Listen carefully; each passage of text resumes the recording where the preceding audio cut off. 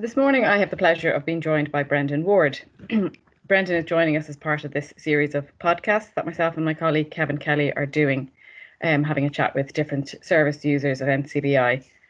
I'm June Tinsley, Head of Communications with NCBI, and we're sitting here on a glorious sunny day. I hope it's sunny where you are too, Breandan. Mm-hmm. Good. And thank you for joining us this morning. Breandan so far has lived a very varied life, living in various different countries, and I'm sure he'll be able to allude to some of these during our chat. But I suppose just to kick off, Breandan, if you want to tell us a little bit about yourself. Sure, thanks, June. There's nothing more beautiful, or nowhere more beautiful than Loch Agish in County Monaghan on a sunny day in May. So I'm joining you from the farm here, where I grew up. We're a family of 5 kids, and my background, I guess, is going to the local school, St Oliver Plunkett's, and then on to Our Lady's Secondary School in Castleblaney. And really lucky in both of those schools to have such great teachers and great influence. And then going on to UCD, where I did Commerce and French, and then moved over to London. So I got a summer internship. I liked accountancy, I liked numbers, that kind of stuff, and my brother was an accountant in Dublin. So I was debating about going down that road, and one of my lecturers at UCD suggested an internship, for the summer over in London to see what banking might be like. So I thought, why not? It's only a few months, I'll go and try it out. And 10 years later, I was still in London, That often happens. Yeah, so I started out at Goldman Sachs. I was there for 5 years, and then I moved over to Morgan Stanley and worked initially in London for 5 years for them, and then transferred to New York. And I was at Morgan Stanley for 10 years, and I suppose I had this itch for quite a while, which was, that question, what else might I do? Is this my destiny for the rest of my life? And while I did enjoy the work, and there was a lot of people from different backgrounds and countries, and it was a real melting pot, and I love that sort of busy vibe in the office. And it was a stressful job and long hours and all the rest of it. But that sense of team spirit that, to be honest with you, back at home in Loch Agish, it's that same team spirit that I heard about in the football club, because I'm atrocious footballer. I was never good at football. I couldn't play it. So, but I strange as it might seem, when I think back to the school in Lochmorn here, the primary school, or Our Ladies, or even in UCD, that kind of Irish thing, that tribal thing of working together, having fun, working hard. It was in the bank. It was in the bank, and it was so lovely to be part of that and to learn from it. But I also realized I wanted to do something different that was more connected to day-to-day life of people, day-to-day people, not the kind of high-flying finance stuff that was, to be honest with you, not as fulfilling. So I left the bank to go back to school and did a master's, and then started to explore different work in consulting and coaching and advising companies around leadership development and disability. In fairness, Breandan, it sounds like a big jump to move from the kind of the security of what you did know in the world of banking into returning back to being a student and dipping your toe into the whole consultancy world. Yes, I think all of us are inclined to stick to what we know, because routine is, while it can be boring at times or monotonous, at least we know what we're doing. Correct. There's some comfort in that as well. Yeah, the ritual, when it becomes a ritual, like when we get up at a certain time and do a certain thing and go a certain place, that ritual can be vital for mental health and for well-being, having that routine. So it was a big jump. To be honest with you, I was debating with myself for a few years about that.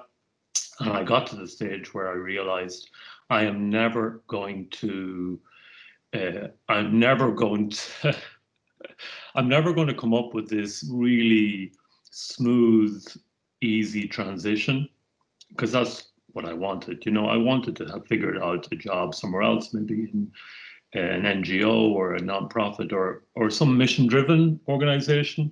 Yeah. I just realized I'm never going to have that lined up at the same time as doing these long hours and the busyness in the bank, and then just walk out one door and walk into another. So I just realized, for me, the risks of staying were greater than the risks of leaving. And that helped me to decide, okay, prepare to leave, and save money up so that I can take a few months out and apply to some courses and, get informed, and then start taking the first step. And I suppose that adjustment into your life as back to being a student and stuff, and moving away from the bank, you'd already gone through another form of adjustment with your sight loss. Is that correct? Right. Yeah. So we have this genetic legacy, in addition to all the brilliant things that we inherit here in County Monaghan from our ancestors. My brother and I happen to have a genetic mutation in one of our genes, and it's causing us to have something like macular degeneration. So I call it the Irish version of macular degeneration. So what it meant for my brother and I, obviously we were at different stages, different ages when it happened, but around our 20s, 30s kind of time, we started to have deterioration in our central vision. So I was working in the bank at the time, and what I noticed slowly was the screen was harder to see, and I needed to move closer, pull the screen closer, Yeah. And by the end, this was back in 2003, by the end of that year, I was almost sitting on the table. I just could, I couldn't, and whatever about an 8-hour day, this was like 12, 13-hour days. And that was really tough. Like that year was very, very difficult because I was really, really sad. I was sad, I was upset, I was annoyed. And I was particularly annoyed about the fact that, I've been doing reasonably well and getting on and enjoying the work. And it affected my performance. I was starting to miss emails and not see things in terms of detail. And that, for me, in some ways was worse than the sight loss, was having to confront this slip and slide into this poor performer, problem child kind of category. And I think that, in terms of these stages of grief, that was fueling my whole denial. They say grief starts with this denial piece, and anger, and then moves on in a kind of a zigzag fashion to the other stages. And I was very much in that denial and anger phase at the start back in 2003. And where were you living, Breandan, at that point? Was it London or Yes, New York? I was in London. In London, okay. And did you have much of a support network around you to help you through that process? Well, I was going to this Anglican church near where I worked, so I was close to St. Paul's Cathedral, and I just happened to come across an Anglican church.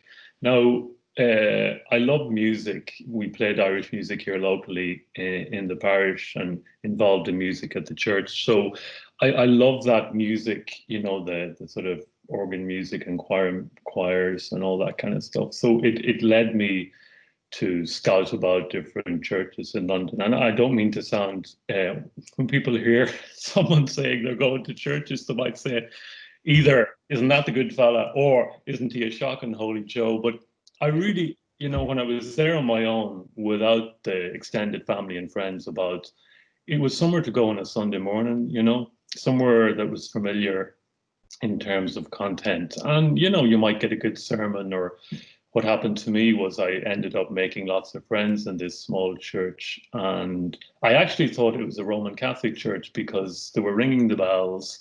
The priest was outside looking very Catholic in his attire, with with the dog collar and the black suit. And I thought, well, this will do me. I'll go in here, and little did I know it was actually Church of England, but very Catholic leaning. They call it Anglo-Catholic. So some would say almost more Catholic than the Catholic Church. So we had incense and the Angelus was said, so you wouldn't really notice much of a difference. And I can understand why you were confused then. well, it was literally a godsend because I was going there and I made friends, and you meet people from all different backgrounds. There was an old lady that I befriended there, and she was turning 90. And she was like my granny in a way because my own granny was back in Ireland. So now I had access, you know what I mean, to people of different age groups, and it was her and the vicar of the church. Both of them are now dead. They were the ones to take me aside and say, Breandan, we know your eyesight's getting worse and it's hard for you. Go and see someone, Go. There's brilliant professionals over at Moorfields Eye Hospital, which is in the city of London, and they can see what's going on and they can advise you. And for these two people, like my, adopted granny and adopted priest, if you like, to step in was huge because I kind of needed to hear it from someone like that. I needed to hear it from someone who was maybe a bit removed, not my family, not my work colleagues. You know what I mean? It was like this voice of reason coming, like a caring voice, encouraging me and supporting me to go to the hospital and get checked out and figure out a plan. And obviously it helped you to do exactly that then. Yeah, it did. So I took a few months out, so I took a leave of absence, and that was in some ways going back to the cycle of grief, helping me move on beyond that denial and anger and the bargaining piece, where you're saying, well, if I do this, then I want that, you kind of renegotiate and try to hold on to, like, I wanted to cycle, I wanted to run, I wanted to learn languages. There were all these things that I was trying to bargain with. Yes. And it did take a while, and the time off in work helped me a lot because what I realized looking back is those phases in the grief, like it is a grief, it's only in the last year or two that some family and friends have said to me, losing your sight is traumatic. Very much so. And I suppose it's such a part of your identity to go through that process. Then you have to let yourself go through that process. Yeah, absolutely. And just the permission, because I suppose our Irish way is very much to get on with things, and particularly in rural Ireland. So our attitude in the countryside in a farming kind of setting is, you get up and you get out of bed and you get on with it. And the more hard work you can do, the more valuable you are to your family and the community. So, realizing that, hang on, I need time out here because I'll run myself into the ground. And what I actually need to do is come to terms with this. First of all, call it what it is, which is a huge loss, without getting, without feeling guilty about it. And I never really allowed that, even up to the last year or so. So that's 17 years of maybe accepting, somewhat bargaining, sometimes angry. And, I managed to get back into the bank and I was getting on with work using the, assistive technology.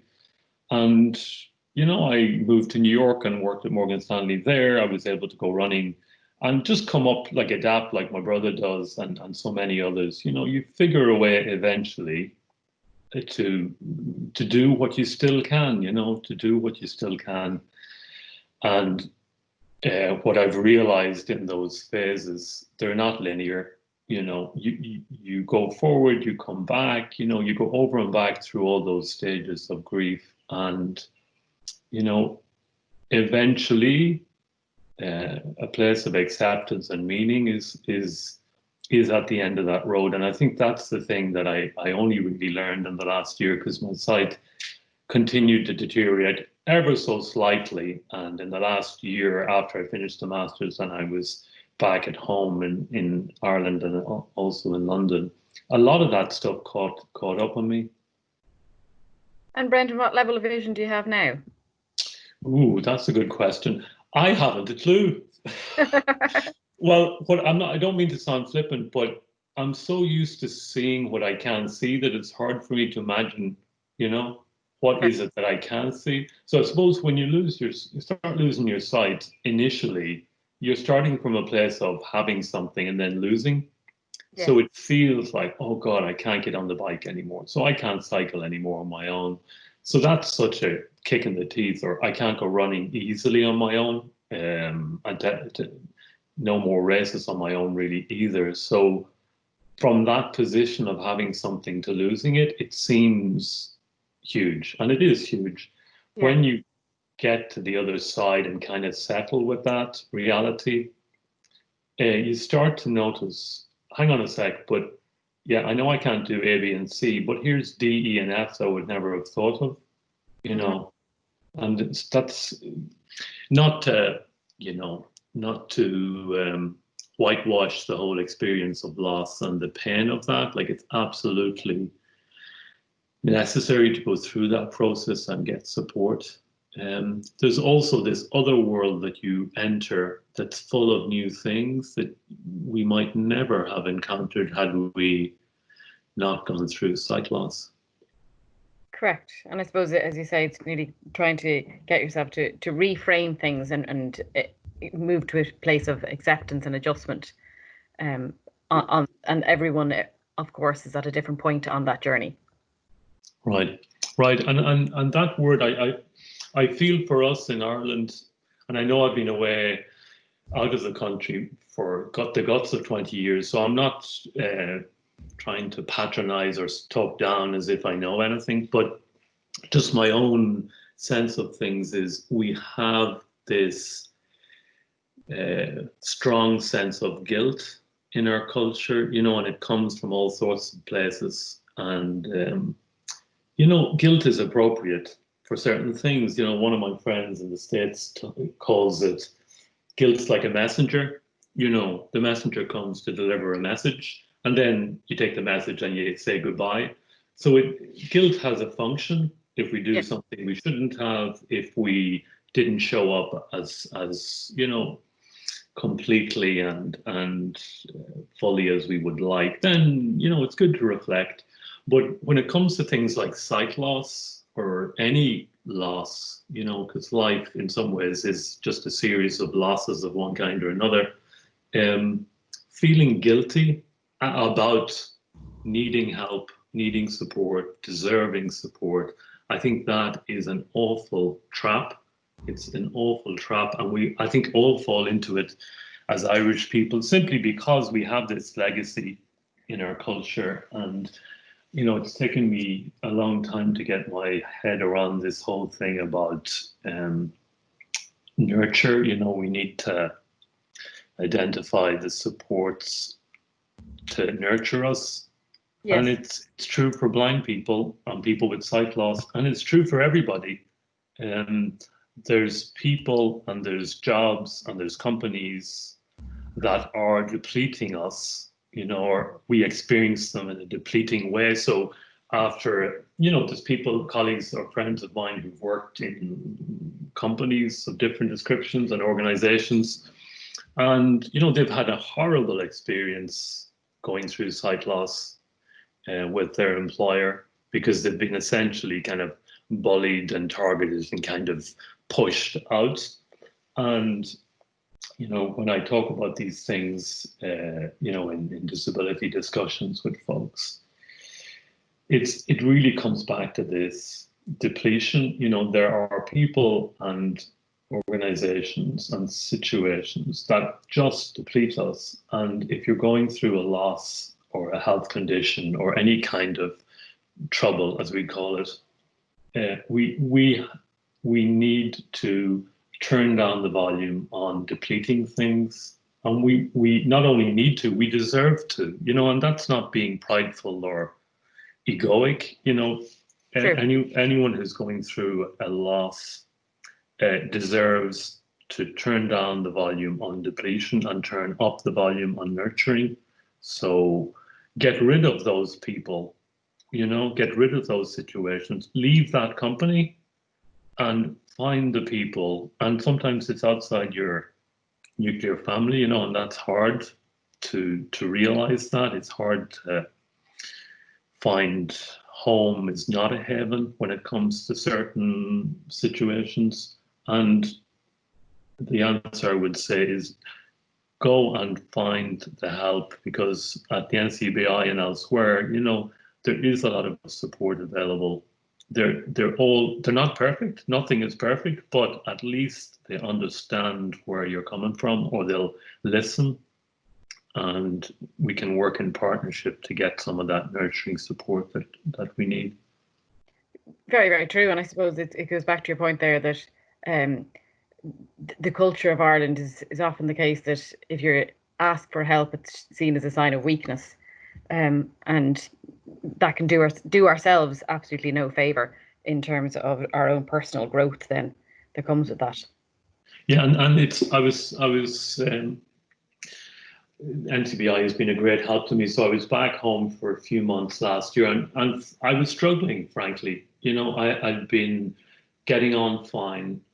My sight was deteriorating, but I had my job in the bank, and then I did the masters. And I really felt I could keep going, and there was nothing too much to worry about, and I was enjoying life and getting on with my job and other pursuits, and that whole piece of acceptance caught me up. Do you know what I mean? I hadn't fully reckoned with that. Yes. And these things follow you around like a bad smell, they follow you around, and I was struggling, and I decided to take a few months out, and I came back, and I was with my sister up in Navan and my aunt in Navan, and honestly, had it not been for my family and friends, and particularly people in Navan like Dr. DeKiso and Chloe at the Mental Health Centre, and then the various folks at NCBI, so Jean Kernan and all the gang on Whitworth Road, there was so much listening and so much just meeting me where I was without any judgment or any patronizing, put downs. And when you're stumbling and going through a difficult patch, having people around, and that's my strong recommendation to anyone who's tuned in or listening. It is okay to not be doing well. It's clearly not something we want to accept indefinitely, but not getting on well and struggling is okay. It's okay, because we all struggle at times, and there's no judgment in that. If we sat in bed and decided we're not getting out and it's everyone's fault and blame, well, then maybe it is our own doing. But when life happens to us, it's important to accept what is and look around and see, okay, what can I do to nurture myself and get the support I need? And it could be fighting blindness, it could be NCBI, it could be even talking to your local doctor or the HR folks at your employer, talking to anyone who'll nurture you and not, talk down to you. And true. And really that's a partnership. And I think there are definitely people going through sight loss who will be frustrated with some service provision.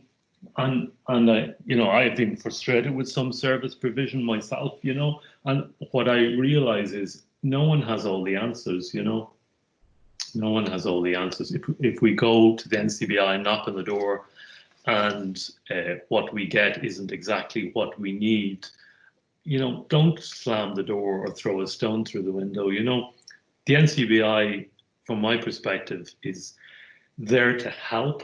They're not there to fix.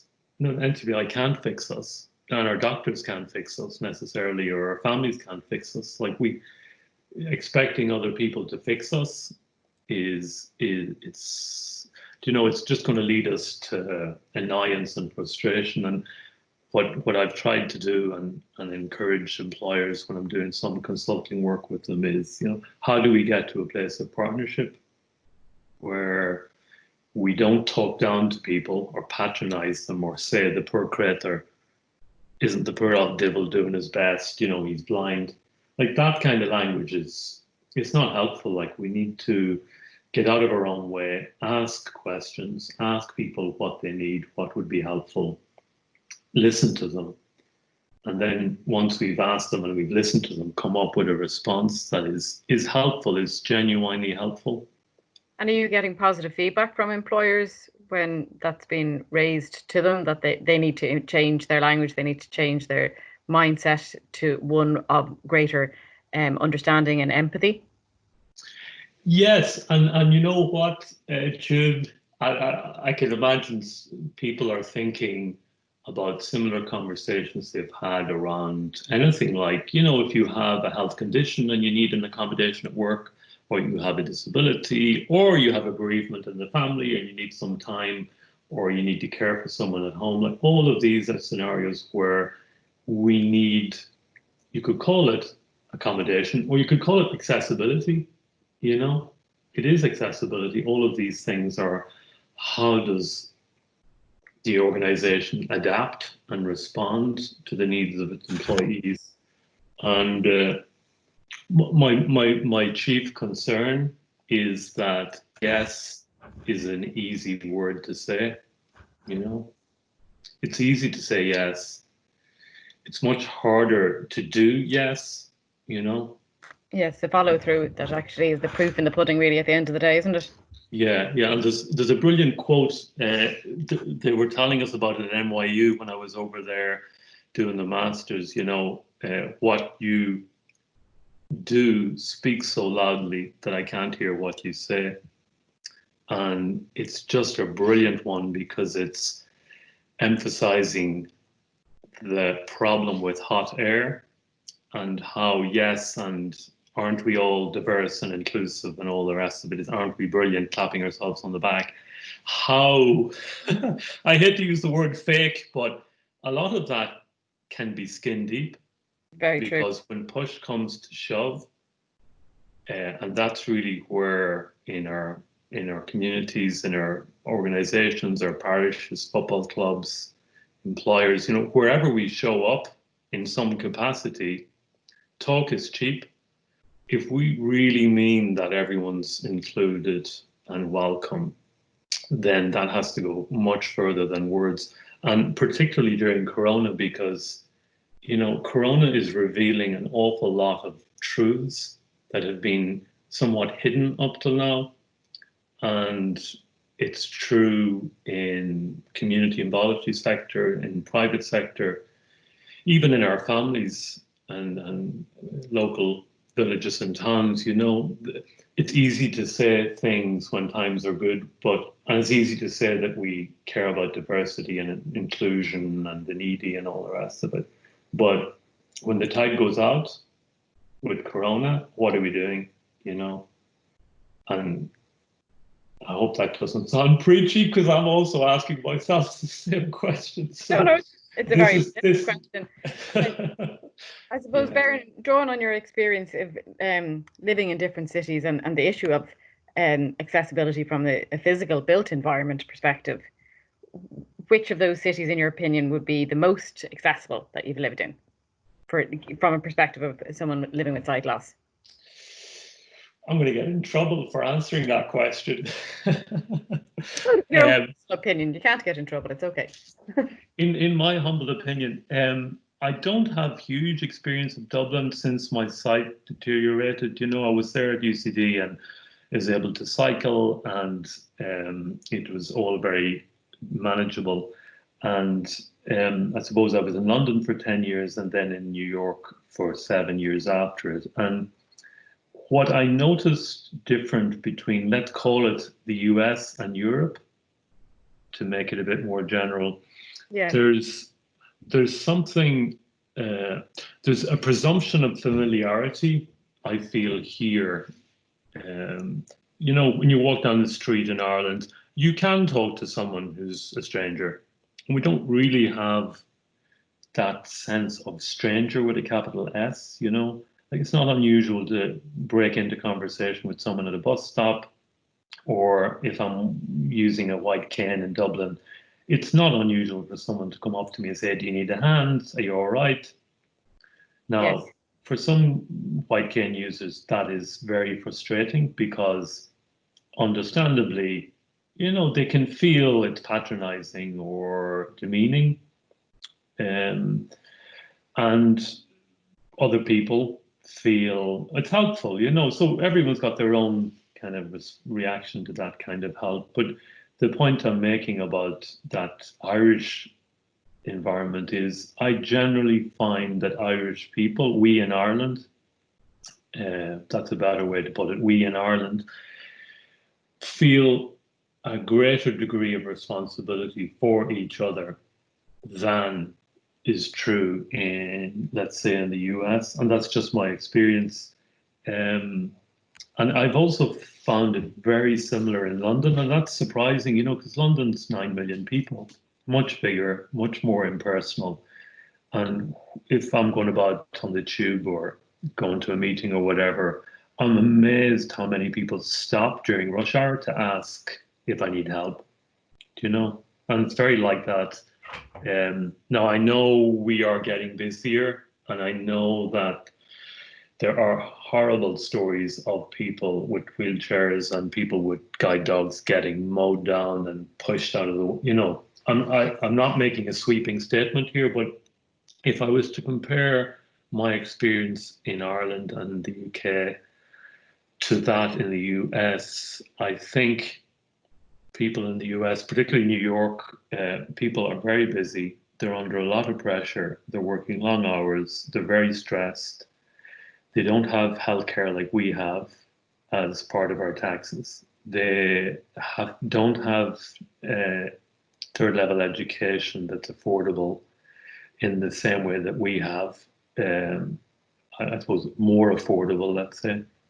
Right. And I just find people under so much pressure that they just don't have time to get involved in what you might need. Does that make sense? Well, as I said, it's obviously based on your own personal experience. Just to jump in there from my personal experience, the one time I was in New York last year, with Kevin Kelly, my colleague at NCBI, were over at a meeting in the UN, and I just found that I was Kevin's sighted guide essentially, and I just found the city exceptionally inaccessible. Right. There was no, there was very few, I didn't see any actually, audible traffic lights, for example, or the tactile pavements were not common. Whereas compared to Dublin, there's far more audible traffic lights, and there's far more things like tactile pavements. And Kevin himself felt that he without having a sighted guide, he wouldn't have felt confident going anywhere. And I suppose that was only just my experience on a couple of days. So I'm just thinking from a built environment perspective, New York doesn't necessarily lend itself to having that sense of community, because people are, as you say, very, very busy. They're kind of waiting at the junction for the lights to go, and they'll just, when they see the green man, they just run and off they go. They don't necessarily think of anybody else who might actually be waiting for the audible sign to know that it's safe to go. Right. Just a fascinating city, but I'd imagine living there with sight loss can be a challenge. It's a challenge, and the folks, like I was involved with the Lighthouse Guild there, and at NYU I came back to teach a new course in the Wagner School. So that's looking at disability in the public service arena, and specifically leading in that topic. So it's not a course about, per them, did you know X number of people are disabled, or you're going to be one of them. It's not one of those courses. It's do we notice how we respond to disability, and what does that tell us about the rest of our attitudes and our culture? And it's, when I think about, there's actually a bizarre link between the words attitude and accessibility. And a friend of mine in Israel was telling me about it. We were talking about technology for the blind. And I was interested. I was learning Hebrew on the side because I was interested in the language, and to be honest, it was something I could do outside of the day job that was just different, And he was. I was interested just hearing how does the language deal with these topics? The way sometimes words mean certain things, and Yes. they convey certain meanings. So in Hebrew, the word for attitude is gisha, and the word for accessibility is negishut. So it's the same root, the word for accessibility and attitude. And that therefore implies that, attitudes have something to do, or accessibility has something to do with attitudes in that cultural framework. So I think having the built environment not fit what people need, whether it's in Dublin or New York or wherever, in a school or an office, wherever that physical barrier appears, to me, it's the manifestation of an attitude. If there's an accessibility challenge with a building or with a town centre that's going through renovations, and we know there's many around the northeast. Yeah. If they're not accessible, like I know that there's a grocery store somewhere in County Meath, and this isn't saying Monaghan's perfect, but there's a pretty large, chain grocery store in County Meath, and I know that the experience of several people with sight loss in that store is horrendous. And I heard from one person just yesterday how difficult it was for them to go and do their shopping during Corona because no one bothered to help. The staff didn't seem to care. And frankly, the other customers were too busy sorting themselves out. And you could understand that to some degree, but this access problem, this accessibility problem, it goes back to attitudes. What does that say about senior management in that organization? And when we see these ads on television, cheering about how wholesome the food is and how merry all the customers are and the staff is, we have to ask ourselves, hang on a second, what is the experience of the margins in our community? The elderly, the people with disabilities, people from more challenging socioeconomic backgrounds. Like, what's it like for them in the shop? Because if we answer that question, then we know whether they're talking rubbish with their advertising, Right. so. Or if they're beginning to walk the walk. Right. And I suppose just in terms of accessibility and the growth in technology, from your perspective, would you be an avid fan of technology as a way to help you overcome daily challenges, or what would your experience of using technology be?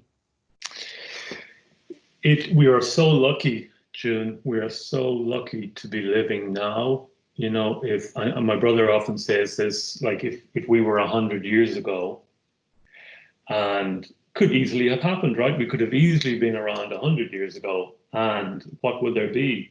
Well, we wouldn't be able to do many of the jobs around safely, So it can be dangerous working on a farm with sight loss.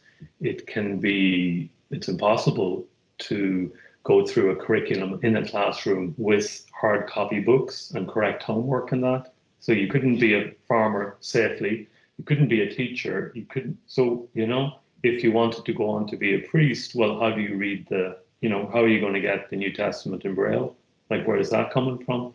Yeah. So, it just goes to show the pain of people in generations past who've suffered any illness or had an experience of disability.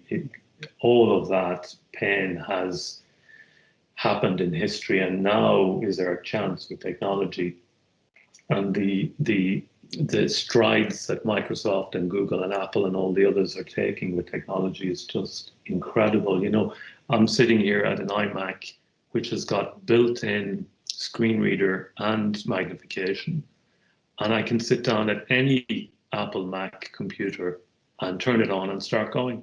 I don't need anyone to come to log in for me. I don't need anyone to do anything.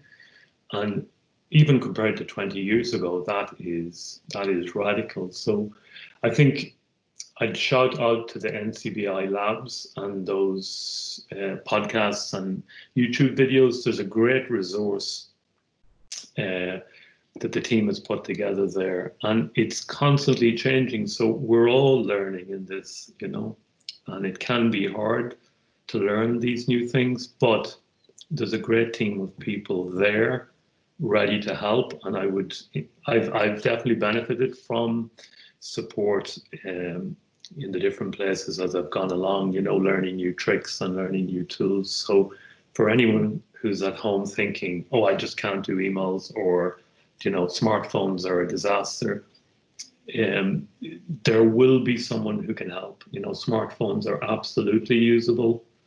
I use a smartphone, my brother uses a smartphone, and we're able to follow LinkedIn, we're able to, you know, be on WhatsApp, we're able to send emails, and all of that is possible today. And if anyone feels they would benefit from some encouragement or support, you know, the YouTube channel NCBI has a whole suite of very interesting webinars and sessions, and they're really helpful for anyone who'd like to find out more.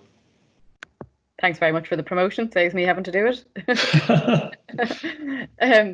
I suppose, as you rightly say, technology is such an enabler, because it does ensure that people can participate in many realms of life and do exactly the same as many other people. And for us, NCBI Labs is certainly a service that we see greater engagement on it nearly on a daily basis, because people are just certainly using their technology and wanting to embrace the fact that much mainstream technology now has so many features that we can enable to make them even more accessible and inclusive. And I suppose, as you rightly say, it's the way forward, and there is support there for anybody who needs it. I suppose, Breandan, just to ask you one final question, and that would be, what one piece of advice would you give to another person who's recently lost their sight?